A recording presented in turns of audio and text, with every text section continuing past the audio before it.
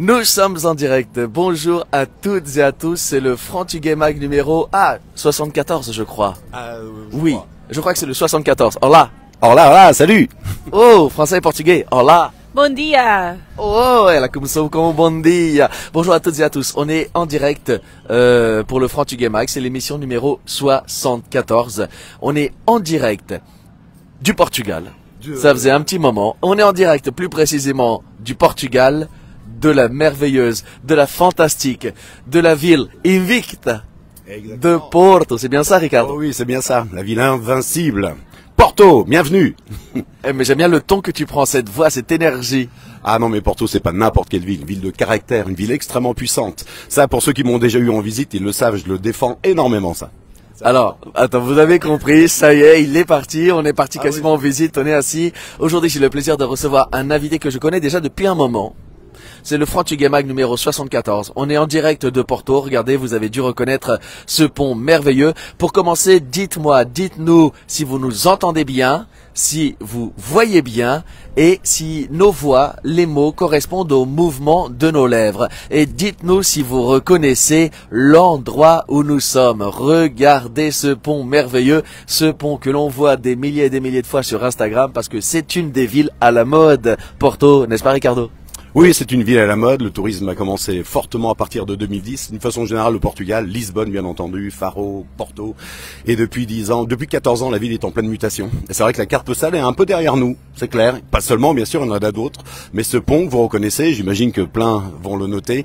Notre très cher pont Louis de 1886, et pas le pont Eiffel, attention, parce qu'il y a deux ponts ici, un pont qui est un peu plus loin, qui est le pont de la société Eiffel, et celui-ci vient d'une société belge de Willebroek, le pont de François Théophile Seyrig. Il y a beaucoup de choses à dire dans la visite guidée, enfin bon, j'imagine qu'on va se présenter, mais vous comprenez. J'imagine aussi que cet après-midi, quand on va faire la visite tous les deux, je saurai déjà tout. J'espère, en tout cas, une bonne partie des choses, vous le saurez, enfin tu le sauras, on verra ça. On a aussi le plaisir justement d'être à Porto. Pour faire l'émission en direct, j'ai demandé à Ricardo, alors, est-ce que tu peux nous dire ton nom en entier? Ricardo Daniel da Silva de Araújo, donc Ricardo Daniel da Silva de Araújo. Je crois qu'on a des histoires un petit peu similaires, de famille, de parents portugais, nés en France, et je suis installé ici au Portugal depuis 2008. Tu vas nous raconter tout ça aussi, comment tu es arrivé ici, puisque toi tu as fait ce que moi j'appelle le chemin inverse. Tu es né là-bas, mais tu as décidé de venir ici. Voilà, donc mes parents sont émigrés et moi, vu du Portugal, je suis un immigré. C'est un petit peu le retour aux sources, sans être vraiment retour aux sources, parce que je suis né en France, mais il y a un petit peu de retour aux sources familial. Donc il y a un peu de fierté aussi familiale du côté de mes parents, bien sûr, d'avoir un fils qui est venu vivre au Portugal, là où ils sont nés, et là ils voudraient revenir pour toujours, un jour. Regardez, il y a David, ça y est, David Pauleta Damião qui répond, Ponte Dom Luís. Exactement, c'est bien ça, Porto, le pont Dom Louis. Et donc, pour avoir cette carte postale merveilleuse, je t'ai demandé il y a 24 heures. Oui. 24 heures. Moi, j'adore les défis, hein. Ouais, c'était un sacré défi.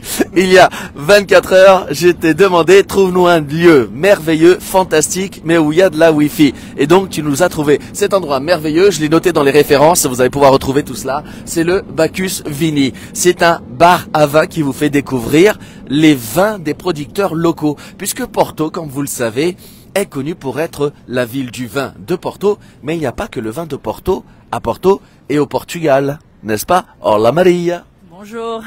Oh, elle parle aussi français. Maria, podes vir bocadinho para a frente, se faz favor? Olá Maria, então podes nos dizer que tu és do Porto? Excuse-moi, je commence à parler en portugais. Non, je suis même des Ribera, j'avais né ici, ma mère, ma grand-mère, nous sommes vraiment d'ici. Porto, c'est très connu, même les villages de Ribera. Et nous sommes à Bacchus Vini, c'est un bar à vin, des vins de petits producteurs indépendants.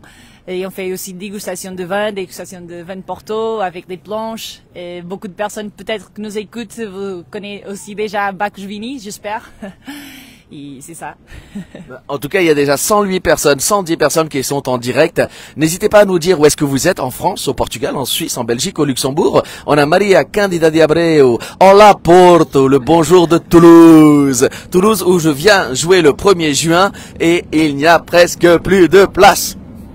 Bravo. Et hier à Lisbonne, c'était le feu. Le théâtre Villaret.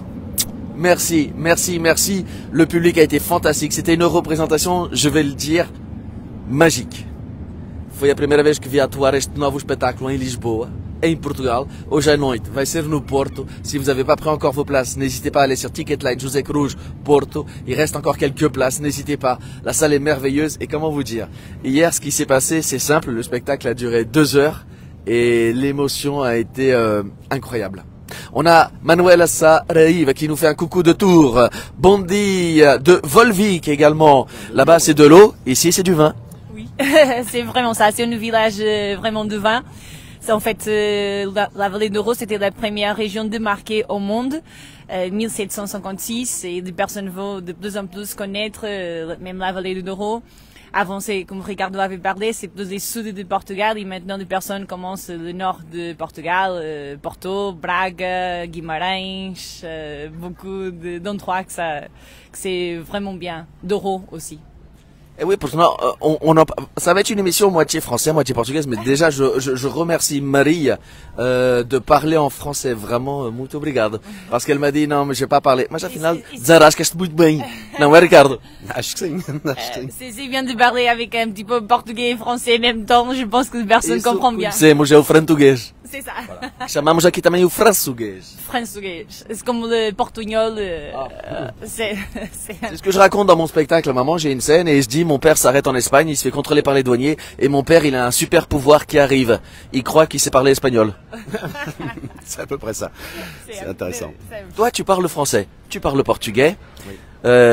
Tu nous as aussi recommandé cet endroit justement parce que le Bacchus Vini présente et développe des produits de petits producteurs, met en avant des productions originales du terroir.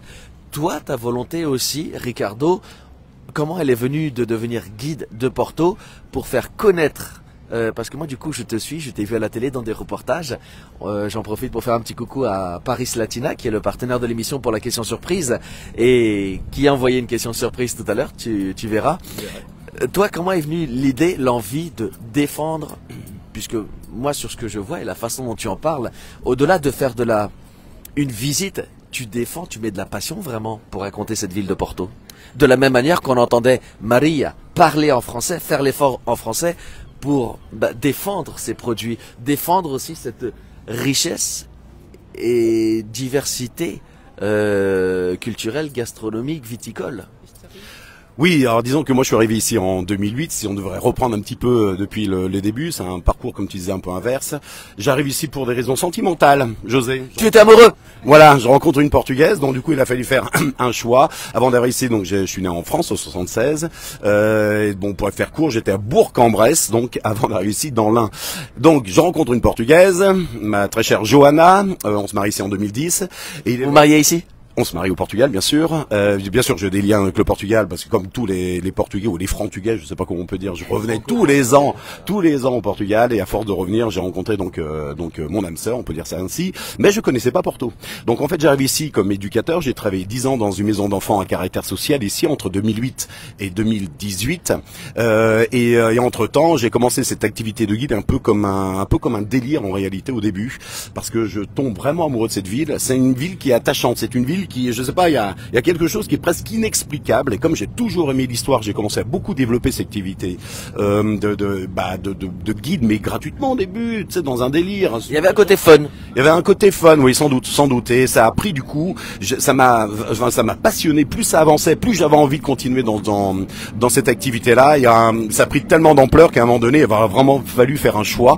Et aujourd'hui, je ne fais plus que ça depuis 2019. Voilà, j'ai posé. Depuis 2019, tu ne fais plus que ça. Et aujourd'hui, si on veut te contacter pour visiter, pour découvrir la ville de Porto avec toi en français et en portugais, que en français. Je fais pratiquement en français. Je l'ai déjà fait en portugais, bien entendu, mais je suis un petit peu plus à l'aise en français. Donc c'est simple. J'ai un site internet qui est visiterporto.com, porto.com, ou à travers mon Facebook à vadrouiller sur Porto. Mais généralement, quand on me cherche sur Google et on met les mots clés comme guide francophone ou guide français, j'apparais relativement bien. Donc voilà, c'est à partir de ces réseaux-là qu'on me trouve.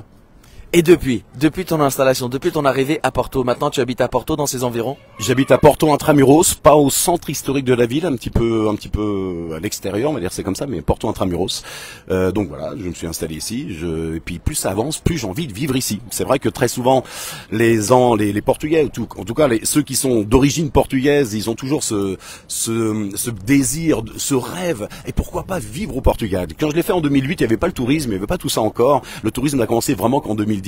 Je fais cette démarche avec une réalité économique qui est bien sûr différente de celle qui était en France, mais c'est vrai que vivre ici c'est bluffant. Si on a la chance de pas trop mal gagner sa vie, plus ça avance, plus t'es attaché à Porto et à sa région et au Portugal et à ses fêtes et à ses gens et à son accueil et à sa gastronomie et à tout ce que tu veux. Enfin bref, c'est vraiment quelque chose. Il faut que la municipalité de Porto t'engage, toi. Je sais pas, mais en tout cas c'est une vie que j'aime beaucoup. Et quand tu commences à étudier, Eu acho que ele vende muito bem a cidade do Porto. Non, je voulais juste te dire que tu parlais du tourisme et que c'est vrai que maintenant il y a de plus en plus de monde. Moi, je me souviens que la première fois que j'étais à Lisbonne, je suis tombé amoureux de Lisbonne. Mais la première fois que je suis tombé à Porto, il s'est passé quelque chose. Porque a primeira vez que eu cheguei no Porto era para atuar espetáculo, penúltimo espetáculo. Et donc c'était durant un moment où il y avait les étudiants, c'était la vie normale, não havia turistas. Il y avait la vie de tous les jours. Et la vie de tous les jours, je me réveille le matin. Moi, quand je vais au Portugal, j'aime bien aller prendre mon petit déjeuner dehors. Numa taberna, numa tasca. Não tomo pequeno almoço no hotel. Prendre un café au café. Voilà, c'est ça. Et je sors pour aller prendre mon café. Il est tôt parce que j'aime bien me lever tôt, parce que j'aime bien visiter et découvrir la ville le matin quand elle se réveille. Un peu comme la chanson de Dutronc. Voilà, il est 5 heures, Paris s'éveille, nanana. Et c'est ce côté-là. Et je vois tout plein d'étudiants partir à la fac com o traje. Et j'ai trouvé ça magique. Olho para a grande torre com o relógio et je me dis, mais je suis chez Harry Potter. Harry Potter. C'est vrai qu'il y a toujours eu un lien avec Harry Potter, notamment à travers la librairie Lelo, même si ça a été démenti par J.K. Rowling. Mais quoi. Est-ce qu'elle a vraiment démenti? Elle a vraiment démenti sur Twitter. Qu'elle esteve a morar aqui, no Porto. Porto. Elle a vécu ici dans les années 90. Elle a casou-se no Porto com um português. Avec un Portugais. Tem uma filha. Jessica, qui est née au Portugal, qui est née à Porto, là où sont nées mes deux filles, parce que j'ai deux filles. Elles ont 5 et 10 ans. Et puis voilà. Donc oui, c'est vrai, il y a eu un petit peu ce mythe autour d'Harry Potter. Donc pourquoi pas? Écoutez, ça fait un peu de magie et je trouve que c'est assez. Est-ce qu'on a le droit de l'entretenir? Pourquoi pas aussi? Parce que moi, du coup, j'ai fait la visite de Porto en mode Harry Potter. En mode Harry Potter. Non, je trouve que ça a contribué aussi à donner un peu de charme à la ville de Porto. Donc voilà, c'est pas la peine de rentrer dans des polémiques. Pourquoi pas? Mais c'est vrai qu'elle a démenti certaines choses. D'autres, elle a pas trop dit. D'autres choses, elle l'a dit. Donc voilà, il y a eu un mythe qui se crée autour de ça, quoi qu'il en soit. En tout cas, moi j'ai trouvé cette ville incroyable. Incroyable parce que voilà, il y a tous ces bateaux qui transportaient avant les barriques de Porto, qu'on voit encore ici. C'est vrai que maintenant il y a le côté touristique qui s'est développé, ce qui est très bien aussi parce que voilà, le tourisme, ça permet d'apporter un développement économique aussi, faut jamais l'oublier. Et puis à côté de ça, tous les gens que j'ai rencontrés ici sont des gens que je trouve moi ressemblaient beaucoup à Terra do meu pai, Bragança. Des gens très très très authentiques, très simples. Et surtout très accueillant. Alors je sais qu'on va me dire, comme dans tout le Portugal, mais à Porto, pour une grande ville, c'est la deuxième plus grande ville du Portugal, pour une grande ville, garder ce côté humain accueillant, c'était surprenant les premières fois, très simple, des gens très très simples, partout où j'allais. Oui, c'est vrai. D'une façon générale, et moi maintenant j'ai un regard de guide, c'est-à-dire que tous les francophones que je reçois, parce que je fais que des visites en français, ils ont cette approche en disant mais on est surpris dans les rues, on vient nous aborder pour nous aider. Les Portugais sont accueillants, sont chaleureux, ils sont simples, ils sont gentils. Et c'est vrai que je pense que c'est vraiment un trait de caractère qui caractérise les Portugais d'une façon générale à l'ensemble du Portugal. Le Nord peut-être un peu plus pour ce côté un petit peu plus industriel, peut-être un peu plus, je sais pas, mais d'une façon générale c'est le Portugal dans son ensemble. Oui, ils sont connus pour ça, c'est vrai. Ça. Tu confirmes, Maria? C'est vraiment ça. Nous sommes très amoureux, on peut dire. Et on aime bien savoir les personnes et expliquer, faire tout. Ça fait vraiment plaisir de recevoir tous les Portugais, tous les Français ici à Porto. Comment ça se fait que toi tu parles si bien le français? Aussi bien, pas trop bien, j'essaye. En fait, j'avais travaillé à un bar à vin et le patron c'était bordelais d'origine et là-bas j'avais écouté beaucoup.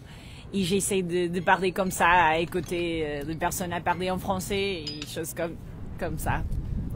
On a eu un commentaire justement d'une personne qui est complètement française, qui suit le Frantuguemag et qui disait « Waouh, bravo, ça fait plaisir d'entendre une Portugaise parler aussi bien le français, une Portugaise du Portugal. » Oui, mais de Portugal, de Porto, de Ribeira, vraiment de ici. Oui, Est-ce du Porto? De Ribeira do Porto, só mesmo daqui. c'est le quartier où on est, vraiment au bord du fleuve ici.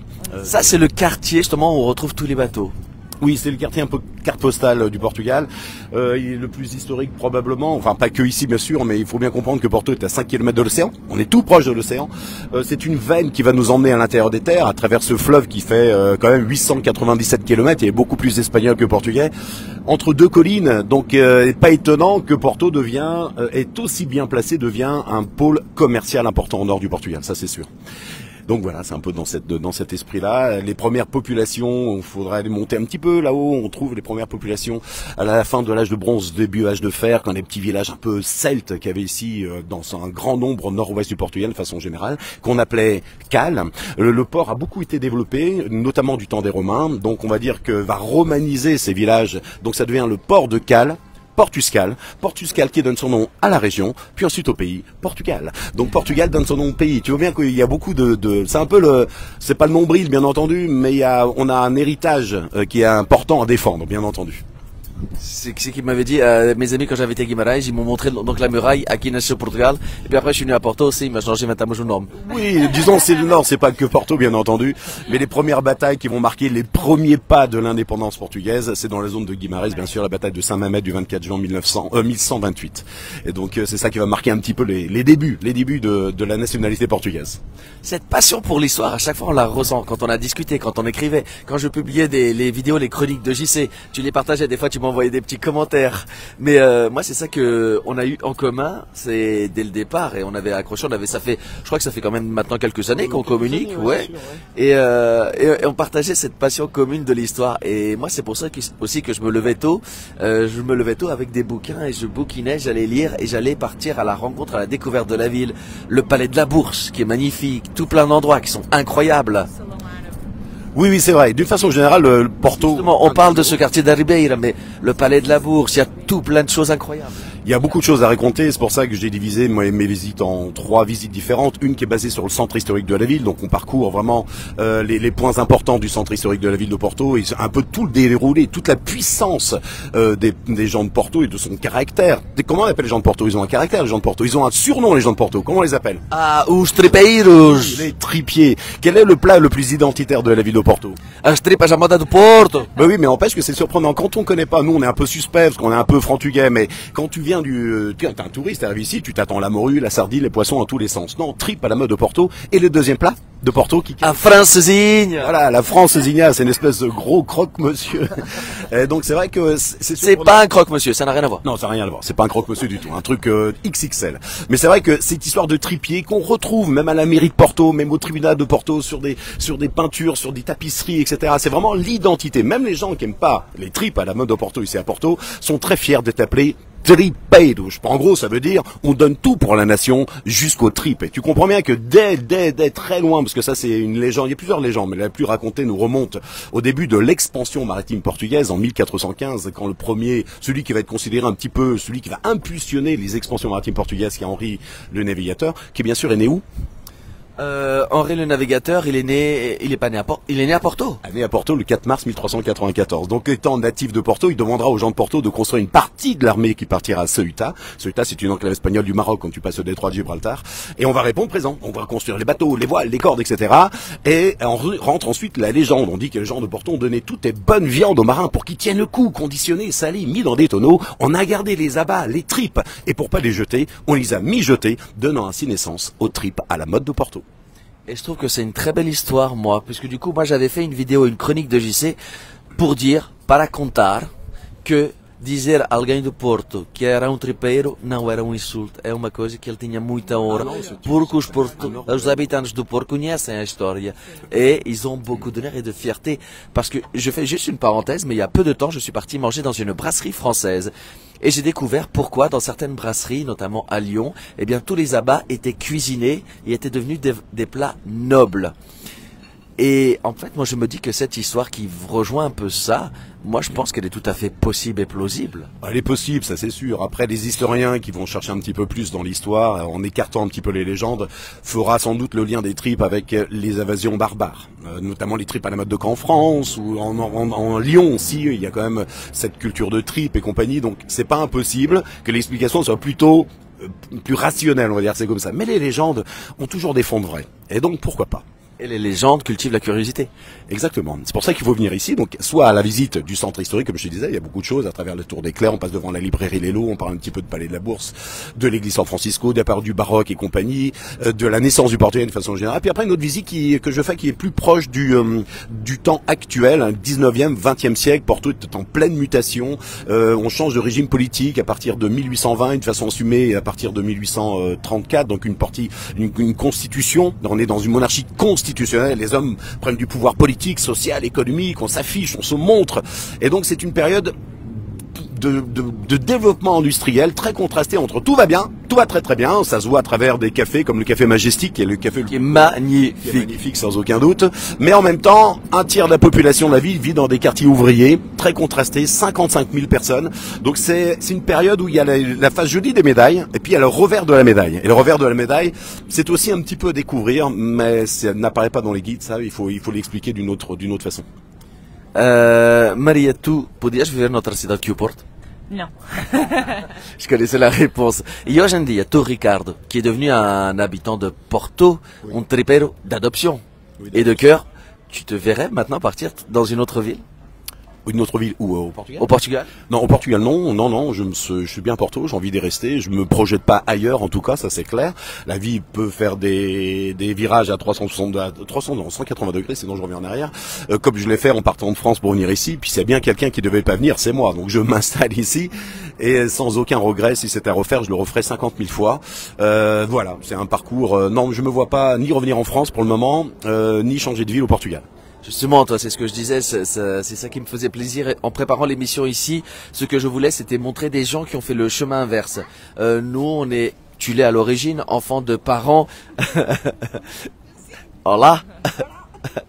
Toi, tu es enfant de Portugais qui ont été dans un autre pays pour une vie meilleure, comme on le dit. Tu as fait le choix. Il y a de plus en plus, il y en a beaucoup régulièrement qui viennent s'installer au Portugal. Et aujourd'hui, toi, t'es comblé. En plus, tu fais un métier dans ce pays qui te passionne. À t'entendre, tu pourrais raconter pendant des heures l'histoire de Porto. Pour le moment, ça me lasse pas. Plus j'avance, plus j'ai envie de les faire. J'ai souvent des visites et c'est vrai que j'ai pas envie de faire autre chose actuellement. Ça, c'est très clair.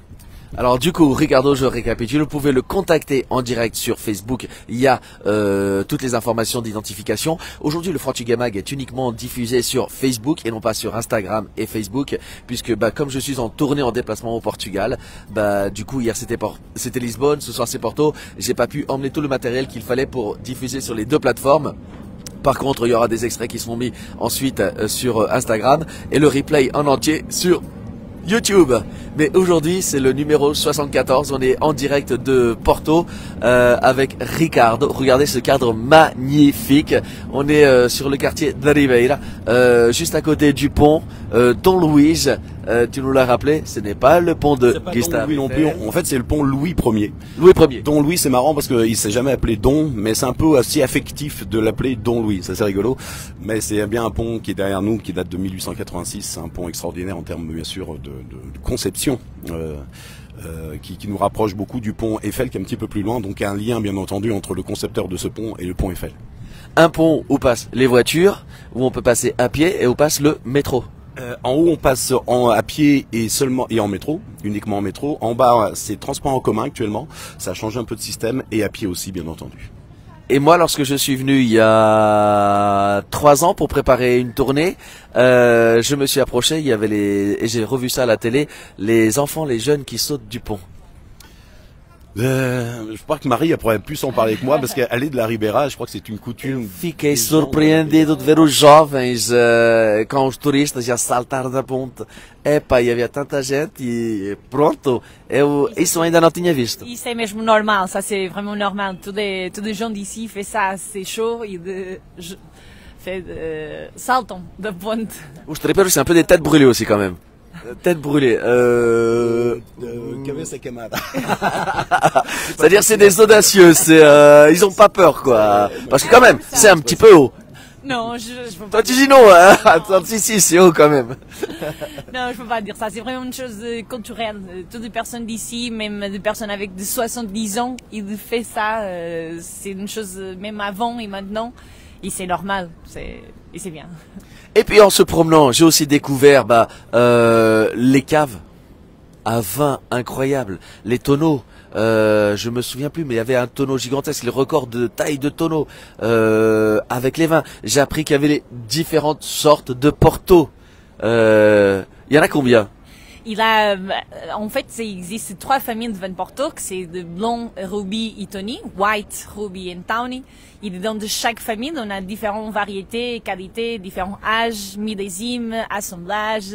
Ça existe. Beaucoup de Français, en fait, sont des grands consommateurs de vin de Porto, mais pas la bonne qualité, honnêtement. Ils voient toujours de Porto d'apéritif. On dit que c'est l'apéritif de la belle-mère. Mais ça existe une grande variété de Porto et de qualité exceptionnelle. C'est vraiment bien. Oh là, il y a mes amis de tournée. Tiens, Souil, viens faire un coucou. Allez, Souil, c'est le producteur de la tournée. Il voulait pas parler, mais voilà, il est là. C'est grâce à Souil que je suis là. Merci Souil d'avoir organisé cette tournée pour que je puisse venir réaliser mon rêve de jouer ce spectacle à Lisbonne, au théâtre Villaret et à Porto ce soir à l'auditorium Francisco de Assis. Souil, muito obrigado, muito obrigado. Souil, As Comedy, allez vous abonner aussi à la page parce que tout au long de l'année, il propose des spectacles francophones ici au Portugal. Et sur la page Instagram et Facebook As Comedy, vous trouverez toutes les informations. Ce soir, c'est José Cruz, c'est moi, Beijing. Et le mois prochain, ce sera Laura Lone, c'est bien ça? Yeah! C'était le coup de publicité! En tout cas, moi, je suis tombé amoureux de Porto. Je suis vraiment content de faire cette émission. Et regardez, on a un coup de chance exceptionnel. On est devant le pont qui représente Porto. On a un ciel magnifique. Il fait beau. Il me reste encore un peu de voix. Ça va. J'ai réussi à avoir donc Ricardo, que je connais depuis quelques années. Et du coup, il y a une question surprise pour toi. Cette question surprise, elle vient de Paris Latina. Je te l'ai envoyée par WhatsApp. Paris Latina qui est en partenariat. Maintenant avec le Frantuguais Mag et qui crée la question surprise. Alors tu vas te mettre en écran grand, tu mets le son à fond. Lors de votre passage dans l'émission Échappée Belle, vous nous avez livré de nombreux secrets et j'aurais voulu en savoir plus justement sur les îles de Porto, s'il vous plaît. Oui, alors donc Échappée est venu effectivement, a filmé ça avec. J'avais reçu la présentatrice Tiga, c'est en 2018, c'est passé en 2019. Ça a été rediffusé plusieurs fois, et effectivement il y a eu un passage que j'ai proposé de parler justement du revers de la médaille, en quelque sorte, de cette période du début du XXe siècle, fin du 19e, début du XXe, où un tiers de la population de la ville, à peu près évidemment, vivait dans des quartiers ouvriers qu'on appelle des îles, qui est une caractéristique de Porto et un petit peu de sa région. Et les îles de Porto, quand on dit les îles, on pense à une île au milieu de la flotte. En fait, c'est une île en milieu urbaine, ce sont des îles en milieu urbaine, ce sont des petites constructions, souvent des petites maisons de 16 mètres carrés construites dans les jardins des maisons. Et donc comme Porto explose en termes démographiques, puisqu'en 1869 à peu près, on est autour de 89 000 personnes qui vivent à Porto, en 1900 c'est déjà 165 000 personnes, on double la population de la ville rapidement, il faut loger ces gens, et la solution qui a été trouvée, c'est justement ces quartiers ouvriers, c'est des petites maisonnettes construites dans les jardins, que les propriétaires des jardins vont louer. Alors, c'est pas une attraction touristique, il faut bien le comprendre, et les gens y vivent encore. Donc les îles, c'est un abordage un peu délicat à travers uniquement les guides qui ont un peu cette possibilité de le présenter. Moi, j'essaie d'en présenter quelques-uns avec un peu de retenue en quelque sorte, puisque les gens y vivent. Mais c'est important d'avoir cette vision de Porto qui va beaucoup changer la philosophie sociale actuelle de Porto, en quelque sorte. C'est pour ça que j'en ai parlé, parce que c'est un côté un peu mystérieux de Porto, très peu évoqué, et heureusement finalement, parce que comme je te disais, c'est pas une attraction touristique en soi. Donc, et moi je trouve ça bien, puisque voilà, aller découvrir une ville, c'est aller découvrir sa culture, c'est aller découvrir sa population, mais c'est aussi aller découvrir les choses, moi je trouve, et c'est ça qui est bien, et c'est ce que tu essayes de faire à ta manière, le côté de derrière la carte postale, c'est comme ça qu'on découvre aussi beaucoup plus un pays, une culture, une population, une ville.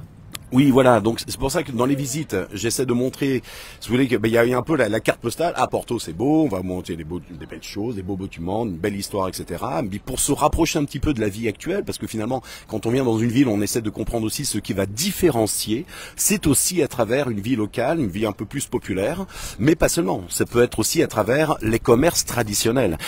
Il faut savoir, et ça je le défends énormément, c'est que la ville de Porto a créé un label pour les protéger de l'appétit touristique. On appelle ça Porto de tradition.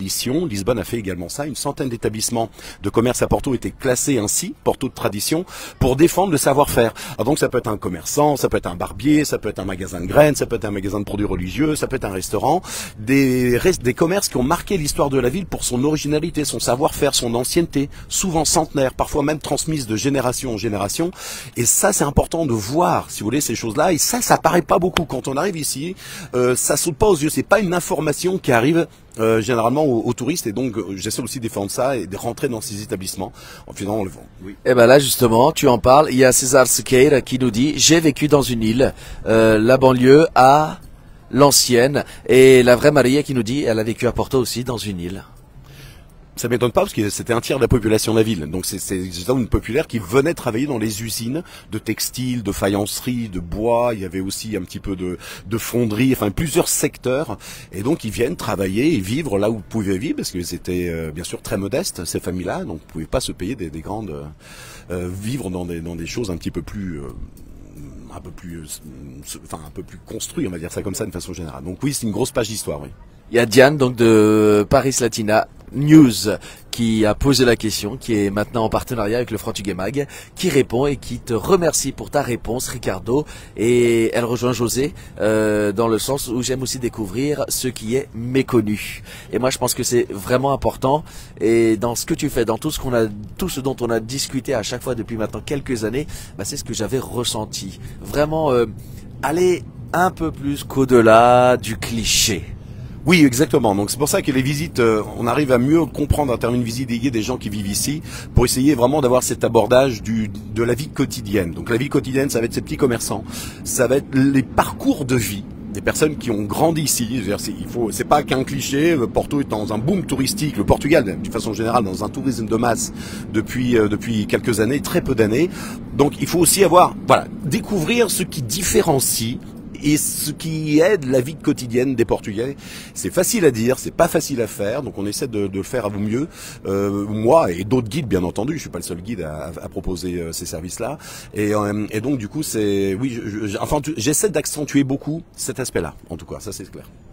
Comme Maria d'ailleurs. Maria, tout à fait. Ce que tu nous disais, j'allais rebondir. C'est ce que tu essayes aussi de faire au travers de faire découvrir justement des vins, des produits de petits producteurs, mais qui font toute la richesse et la diversité. C'est la tradition, c'est vraiment de montrer des personnes qui sont d'ici, les vins locaux, même les traditions, des choses des personnes, mais aussi des vins de petits producteurs, que ça montre un petit peu la passion. C'est pas vraiment pour donner de l'argent, mais c'est vraiment pour montrer la passion des vins locaux, des choses comme ça. Même nous, on travaille avec les produits locaux. Bien sûr, nous sommes un endroit très touristique, mais on a aussi des clients portugais. Et c'est pas une attrape à touristes parce que les personnes pensent qu'à Rivera, c'est vraiment une attrape. On essaie de trouver la bonne qualité des produits locaux. Même des fromages, des jambons, tous des produits locaux. J'avais fait une vidéo sur laquelle tu avais rebondi aussi il y a 2-3 ans sur le titre, c'était une chronique de JC, et j'avais fait en français le titre c'était Le vin de Porto ne vient pas de Porto. Oui, c'est vrai. Oui, ça vient pas de Porto, c'est de la vallée du Douro. Je crois que il y a des régions phares autour de Porto, parce que quand on vient avec Ce que je voulais dire, c'est que voilà, o que descobrimos também que através do Porto. On va faire aussi un peu l'émission en portugais. Souvent les gens ils me disent mais quand est-ce que tu fais une émission au Portugal? Là on est au Portugal, falamos um bocadinho português também. Ce que je veux dire, c'est qu'au travers de Porto, vamos descobrir também que o Porto está ligado ao resto e ao interior do país. Oui, complètement. Donc c'est vrai que Porto, c'est la vallée du Douro, c'est bien sûr le nord et le nord-est avec Braga, Guimarães, Coimbra, Viana do Castelo, Esposende, Fão, enfin toutes ces villes que j'aime beaucoup. Et au sud, entre Porto, il y a Aveiro et Coimbra aussi, on peut le faire aussi dans la journée, Coimbra. Donc Porto, c'est pas une grande ville. Le Portugal, c'est pas une grande ville. Donc autour de Porto. J'ai vu, juste avant de venir, c'est Porto officiellement Porto, c'est que 255 000 habitants. Le dernier recensement de 2021, c'est 232 000 habitants. Ah ouais, encore moins que ce que j'ai lu. Ouais, alors c'est peut-être un peu augmenté, mais effectivement c'est le dernier recensement de 2021, alors que en 1981 c'était 327 000. Il y a beaucoup de choses à dire. Il y a eu un déclin aussi dans les années 90, et bon c'est toute une histoire qu'on appelle un effet donuts. Un effet Donuts. Tu vois un donut? Bah, je veux bien C'est savoir. un historien qui avait fait un petit peu cette image. Je trouve que souvent les images résument tout. Un donut, rien au centre, tout en périphérie. On est sorti de la dictature, 50 ans cette année, 25 avril 74. Le Portugal a perdu ses colonies juste après. On s'est retourné vers l'Europe. Donc la richesse du Portugal maintenant c'est l'Europe. On fait partie des 12 premiers à être entrés dans la communauté européenne au 1er janvier 1986. Et donc du coup ça donnait au Portugal un vent de modernité quelque part, alors que le Portugal était sous une cloche de dictature, souviens-toi, jusqu'en 74 par Antonio de Oliveira Salazar. Donc ça il y a beaucoup de choses à dire bien sûr. Et donc du coup ça a modernisé, les grandes surfaces sont arrivées, les shoppings sont arrivés, la voiture s'est démocratisée. Vivre dans ces petites ruelles, c'est bien joli, mais c'est pas pratique. La façon de consommer a changé. La façon de vivre a changé. Maintenant, on veut des choses un peu plus modernes, plus organisées. On appuie dans un bouton, le garage s'ouvre, tu mets ta voiture, ta petite moto et compagnie. Et tout ça, ça crée une désertification des centres historiques de la ville, de Porto, et pas seulement Porto. Ça se vérifie dans d'autres villes, bien entendu. Et c'est vrai que en 2008, je le dis souvent dans mes visites, une grosse partie du centre historique était soit à l'abandon, soit en ruine. Ça aussi c'est important de le dire, parce que très souvent on dit à cause des touristes on va plus se loger. C'est pas complètement faux puisque le prix de l'immobilier a explosé, mais c'est aussi pas vrai parce qu'on se logeait déjà plus trop. C'est ce que je veux dire. Oui, il y a bien sûr. Et moi je pense aussi que, bien sûr, il faut pas qu'une ville devienne une ville musée, mais l'afflux de tourisme a aussi apporté des moyens financiers pour rénover, moi je trouve. Oui, Je me souviens de quelques pensions où j'ai été, aussi bien à Porto qu'à Lisbonne, et les pensions, on va dire que pour ce qu'on payait, le lieu de vie, il y a une quinzaine, vingtaine d'années, je me souviendrai toujours d'une pension en plein cœur de Lisbonne où ma chambre était séparée de l'autre chambre par une chaîne qui tenait deux portes. C'est-à-dire moi, je poussais un peu, je voyais l'autre chambre et les gens poussaient un peu et c'était une pension en plein centre-ville. Oui, la ville de Porto. Le débat est long, mais voilà. Porto, Lisbonne. Bon, le problème, c'est qu'on a une grande vague touristique. Je donne deux chiffres et tu vas comprendre. En 2009, il y avait un appartement enregistré sur la plateforme Airbnb. En octobre 2018, il y en avait, je parle de Porto Intramuros, hein. En 2018, il y en avait 13 385, sans parler des hôtels, des appart-hôtels et compagnie. Donc oui, c'est une plus-value. Le taux de chômage est bas aujourd'hui, sans doute grâce à ça. Le 20% du PIB national, racontons, c'est le tourisme. Donc oui, c'est une chose. Le problème, c'est que quand c'est trop, après ça commence à être un peu compliqué. Le juste milieu n'est que gérable à travers des lois. Et donc les politiques faut essayer de faire des préemptions, de faire des limites et compagnie. Mais ça c'est une réalité à Porto, en France, partout, hein. C'est pas qu'une réalité du Portugal. Et du coup, c'est vrai que ça aussi, les revers de la médaille, les petits commerçants, deux fois, ils sont un peu mis dehors dans le sens où ils peuvent plus payer les loyers qui sont demandés. Mais moi je suis parisien, aujourd'hui à Montmartre, il y a plus beaucoup de Parisiens qui habitent à Montmartre. Et alors à l'île Saint-Louis, le cœur de ville de Paris, il y a quasiment plus de Parisiens qui habitent là-bas. Et tout au long de l'année, la plupart du temps, les volets sont fermés parce que ce sont des grosses fortunes qui ont acheté ces appartements et qui ne sont que des résidences secondaires, voire troisième, quatrième, cinquième. C'est le boom touristique. Il s'arrive partout. Il y a du bon, il y a du mauvais. Voilà. Et en tout cas, à travers son travail de Maria au Bacchus Vini ici, à travers les petits producteurs ou à travers les visites guidées, on essaie au moins de défendre ce qui est local le plus possible, la vie quotidienne, défendre les petits commerçants, défendre un petit peu l'identité de la ville. Et donc, à mon niveau, c'est pas grand chose, mais on essaie d'y contribuer en tout cas. Je pense que c'est surtout le travail des guides ici à le faire, bien entendu, et des commerçants de façon générale. Bon, mais c'est pas suffisant. Il faut vraiment qu'il y ait des lois pour qu'ils protègent un peu toutes ces villes et l'identité de la ville. Je suis d'accord. Il faut du tourisme, il faut du développement et puis en même temps, faut pas que ça devienne vraiment une ville musée. Voilà, c'est des limites à trouver et ça, je pense qu'en effet, c'est au niveau des politiques. Dites-nous si vous êtes venu à Porto, si vous avez visité Porto. Si c'est pas le cas, n'hésitez pas après à aller contacter Ricardo. Ricardo, combien de temps dure une visite avec toi? Alors ça dépend des visites, mais généralement c'est 3h30, mais après c'est un peu... 3h30 Oui, 3h30 de visite. C'est une vraie visite. C'est-à-dire, c'est pas tu nous prends une demi-heure, tu nous prends par la main, tac, tac, et... Et encore c'est un peu rêche-bêche, c'est un peu court, mais ou alors à la journée, des fois ça peut être à la journée, comme ça on peut aussi aborder un peu la gastronomie, parce que j'ai une troisième visite qui aborde la gastronomie. On parle du vin de Porto, il y a aussi le Vinho Verde bien sûr, au nord-ouest du Portugal, c'est-à-dire tout ce qui est c'est parce que Porto est plus proche du Vinho Verde que la vallée du Douro quand tu regardes bien. Donc ça aussi c'était un vin unique, un AOC tout à fait sympathique que j'aime beaucoup. Et Bacchusini étant des grands amoureux de Vinho Verde également ici. Donc ça aussi c'est à découvrir. Souvent dans les visites je le propose d'en goûter quelques-uns, de petits producteurs indépendants notamment aussi. Il y a Linda Lebagous qui nous dit, je suis du Porto, il y a plein de tripeiros avec nous. Dites-nous dans quel pays vous êtes, si vous êtes au Portugal, si vous êtes en France. La semaine dernière, on avait encore nos amis du Vietnam qui ont regardé l'émission, c'est juste incroyable. Vous êtes de plus en plus nombreux à regarder l'émission en France, au Portugal, en Belgique, aussi, en Luxembourg et de plus en plus un peu partout. Muito, muito obrigado pour votre écoute, pour votre présence et pour être de plus en plus nombreux à suivre l'émission. Il y a des gens tout à l'heure qui ont mis un petit commentaire, qu'ils ont adoré le spectacle hier à Lisbonne. Je vous en remercie. Merci de venir au spectacle. Vous avez fait vous avez mis une ambiance incroyable. Et puis ce soir, ça va être pareil. À Porto, il va y avoir une belle ambiance. Et puis avant, on va aller manger, on va aller goûter quelques produits locaux. Et puis après, on ira faire un tour, finir la soirée sur la Ribeira. C'est bien ça la tradition, Maria? C'est ça. C'est finir avec le soir, le bon lumière.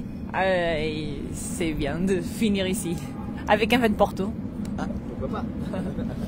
On se molle. Pas ici. C'est vrai que le cadre est top, hein. Très souvent je dis, d'ailleurs très souvent je dis pas, j'oblige les gens à venir faire une dégustation de vin de Porto pour bien comprendre le vin de Porto, mais t'as vu le cadre, t'as plus envie de décoller. Ça doit être un problème ça, Maria. Les gens arrivent ici, ils repartent plus. Mais c'est vrai, c'est assez incroyable. Il y a le téléphérique, on voit les quartiers, on voit les maisons colorées, on voit les bateaux. Moi je me souviens, j'ai fait la balade sur le fleuve. Como é que chama-se os barcos? Rabelos. J'ai fait la balade sur le bateau, j'ai tout filmé, j'avais rempli la carte mémoire de ma caméra juste en faisant l'aller-retour parce que mais je trouvais ça incroyable, moi, magique d'être dans ces bateaux qui avaient transporté avant tous ces vins de Porto, qui avaient été modernisés. Maintenant, voilà, c'est des bateaux pour faire des balades touristiques. Mais entre les cours et les choses que j'avais vues à l'école, et maintenant me retrouver il y a quelques années en vrai pour la toute première fois sur un de ces bateaux, mais je trouvais ça magique. Bien sûr, je veux pas dire le contraire. Franchement, des fois on dit ça fait un peu trop touristique, etc. Non, c'est vraiment une attraction plaisante que faire ces petites balades de 50 minutes. Ils disent la croisière des 6 ponts. C'est peut-être un mot un peu fort parce que c'est juste 50 minutes, mais c'est très agréable, très plaisant. Plusieurs ponts, ouais. Ouais, on a 6 actuellement construits. On passe sous 5 des 6 ponts et ça donne surtout un point de vue génial sur les deux rives de Villeneuve de Gaia, parce que de l'autre côté, bien sûr, c'est plus Porto, c'est Villeneuve de Gaia, et bien sûr de Porto également. On va jusqu'à tous ces ponts historiques et beaucoup de choses à dire sur ces ponts qui ont souvent battu des records mondiaux. Et justement, moi j'ai une anecdote. Il y a quelques années, quand je suis venu à Porto, je suis venu avec un amigo do Porto. Olá Pedro, eu sei que estás a ver o programa em direto de Paris. Pedro traz-me ao Porto e ele diz-me, hoje não vamos visitar o Porto, hoje vamos à Vila Nova de Gaia. Je dis, mais qu'est-ce qu'on fait là-bas? Moi je suis venu pour visiter Porto. Il me fait, lève-toi à Vila Nova de Gaia. Donc on va en face de l'autre côté du pont, c'est ça? Et il me dit, pronto, estás aqui. Et moi je dis, uau, e fait, pois, Vila Nova de Gaia é a cidade que tem mais sorte, tem a vista sobre o Porto. Exatamente, je veux dire la même chose. Eu ia dizer exatamente a mesma coisa, que Gaia c'est bien pour regarder Porto. Et il m'avait dit du coup, essa população de Vila Nova de Gaia é a população que tem mais sorte possível, tem a vista sobre o Porto. E après il m'a dit, pegou-me para a mão e agora vamos comprar tripas. Il y en a qui demandaient si tu pouvais tourner un peu pour montrer un peu le fleuve. Tu crois qu'il y arriverait un petit peu? Alors, il y a des gens qu'il y a un risque de perdre la connexion. Comme on est en Wi-Fi et qu'il y a beaucoup de flux, on va le tenter à la toute fin. On va le faire à la toute fin, les amis, quand on va se dire au revoir, puisque le mot de la fin sera pour Ricardo. Alors du coup, on va commencer par l'avant-dernier mot de la fin, Maria. Le mot de la fin pour Ricardo. Et quand l'émission sera terminée, les dernières minutes, je vais vous offrir la vue, je vais me rapprocher. On va y aller ensemble. On prendra ce risque. Je vais pas prendre ce risque parce qu'il reste encore quelques minutes. Et du coup, on va faire vraiment un panorama et on terminera l'émission là-dessus. Mais justement, tout ça me fait regarder l'heure et je vois qu'il est 12h43. Le temps passe. Ça passe vite. J'imagine qu'avec toi, du coup, les 3 heures passent aussi très vite. Écoute, je sais pas, mais en tout cas, quand je finis les visites... Est-ce qu'on marche beaucoup? On fait que des visites à pied, mais à un rythme très très cool. Donc c'est plus parler, enfin c'est plus m'écouter mais aussi beaucoup échanger, parce qu'on a beaucoup d'échanges. Je fais que des petites visites presque privées ou semi-privées. Et rarement je dépasse les 6 personnes. Donc du coup ça permet d'avoir beaucoup d'échanges. Et donc oui, 3h30 qui passent à une vitesse grand V parce qu'il y a tellement de choses à dire et à voir que du coup c'est toujours un petit peu trop court. Et un ami aussi qui est en direct de Paris et qui lui est tombé amoureux aussi du vin de Porto, qui a repris une exploitation familiale, c'est Julien dos Santos. Voilà, Julien dos Santos qui a ouvert Portologie à Paris. Salut. Et qui a aussi un établissement ici à Porto. Voilà, Julien, on avait fait un Frantuguais Mag en direct aussi de Portologie à Paris. Lui aussi fait découvrir le Porto, mais en direct de Paris notamment, à Porto aussi, mais en direct de Paris, c'est là qu'avait été ouvert le premier établissement, l'établissement originel. Il est, les amis, 12h44. O programa está a acabar. Juste un petit mot, il y en a qui faisaient référence à la fête de la Saint-Jean. C'est vrai que si un jour vous avez l'occasion de venir à la méga grosse fête de la ville, la fête la plus extraordinaire, vraiment un truc époustouflant, c'est dans la nuit du 23 au 24 juin. Tous les ans. Donc c'est vraiment un truc de dingue. Je dis toujours aux gens, allez sur YouTube et tu mets Saint-Jean-Porto, tu vas voir on rigole pas. Et j'en profite pour dire qu'on avait encore échangé à ce moment-là grâce à cette fête, puisque j'avais raconté l'histoire dos martelinhos. Dos martelos. Je sais pas dire ça en français. Les petits marteaux de la Saint-Jean. Voilà, il y a toutes ces traditions qu'il faut que, non seulement c'est intéressant de faire une visite guidée pour apprendre toutes ces choses-là, découvrir des recoins un peu plus cachés, un peu moins carte postale, pour aller un peu plus au fond à la découverte de l'histoire d'un peuple, d'une culture et même d'une ville. Et comme on dit ici, quand j'ai été pour la première fois avec mon spectacle pour venir jouer ici, on m'avait dit Porto não é uma cidade, é uma nação. Mes amis de Porto sont très fiers. En tout cas, voilà, on approche de 12h50, on a encore débordé une fois comme d'habitude en fait, on va dire, je dis même plus une fois de plus, comme d'habitude. On est dans un cadre idyllique, on est dans une ville merveilleuse, on est venu à la rencontre d'un Luso descendant revenu sur les terres d'origine. Merci Ricard de nous avoir partagé ton histoire, mais du coup aussi ta passion pour cette ville de Porto. Obrigado Maria de nous avoir ouvert les portes de ton établissement qui aujourd'hui n'ouvre qu'à 2h normalement, le Bacchus Vini, mais pour accueillir le Frantuguais Mag, Marie est venue, elle a mis en route le Wi-Fi, elle a pédalé toute la nuit pour avoir plein d'énergie et pour que ça y ait une bonne captation et on a pu diffuser l'émission, on n'a pas une seule coupure, c'est juste génial. Je vous remercie de tout mon cœur de suivre l'émission, d'être de plus en plus nombreux, de venir au spectacle. Hier, la salle était quasiment comble à Lisbonne, c'était incroyable. J'ai réalisé un rêve de jouer au Théâtre Villaret. De ce soir, c'est à l'Auditorium Francisco de Assis no Porto. Il reste encore des places, n'hésitez pas à venir nous rejoindre, ça va être aussi de la folie. Merci de tout mon cœur de partager votre passion du Portugal avec moi, mais aussi de la France, puisqu'encore une fois, c'est une émission qui va dans les deux sens et je te remercie à juste titre et beaucoup, comme l'a dit la personne tout à l'heure, Maria, d'avoir fait l'effort de parler beaucoup en français. Je vais laisser maintenant le mot de la fin à mes invités. On va commencer par Maria, a palavra final. Vou deixar o microfone, a palavra final para ti. Depois para o Ricardo. Donc voilà. Je reprendrai le micro, mais juste pour le tenir, et je vous emmènerai au bord du Douro pour voir la vue, et on terminera l'émission là-dessus en se mettant tous devant pour faire un final ensemble. Parfait. Pronto, muito obrigado. Merci à vous de nous suivre. À la semaine prochaine pour un nouveau Frantuguais Mag. Je laisse le mot de la fin à mes invités. Obrigado. Vou falar em português e depois em francês, que é realmente um prazer receber aqui e fazemos gosto que todos os portugueses, francophones, franceses, belgas venham visitar o Bacchus Vini na Ribeira do Porto.